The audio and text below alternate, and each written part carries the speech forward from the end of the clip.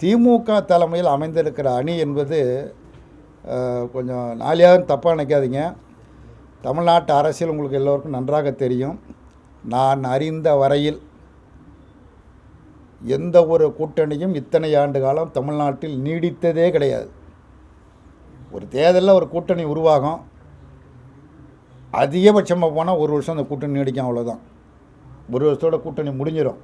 அது 67 இருக்கட்டும், 71 இருக்கட்டும், 77 இருக்கட்டும், 80 இருக்கட்டும், 84 இருக்கட்டும், அப்புறம் 91 இருக்கட்டும், 96 இருக்கட்டும், 2001 இருக்கட்டும், எந்த தேர்தலாக இருந்தாலும் ஒரு கூட்டணியில் இவ்வளோ காலம் நீடித்ததே கிடையாது.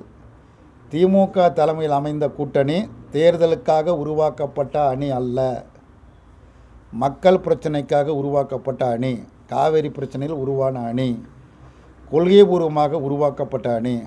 ஒரு கொள்கைபூர்வமாக உருவாக்கப்பட்ட அணி என்கிற காரணத்தினால்தான் நீண்ட நெடுங்காலமாக இது நீடித்து வருகிறது.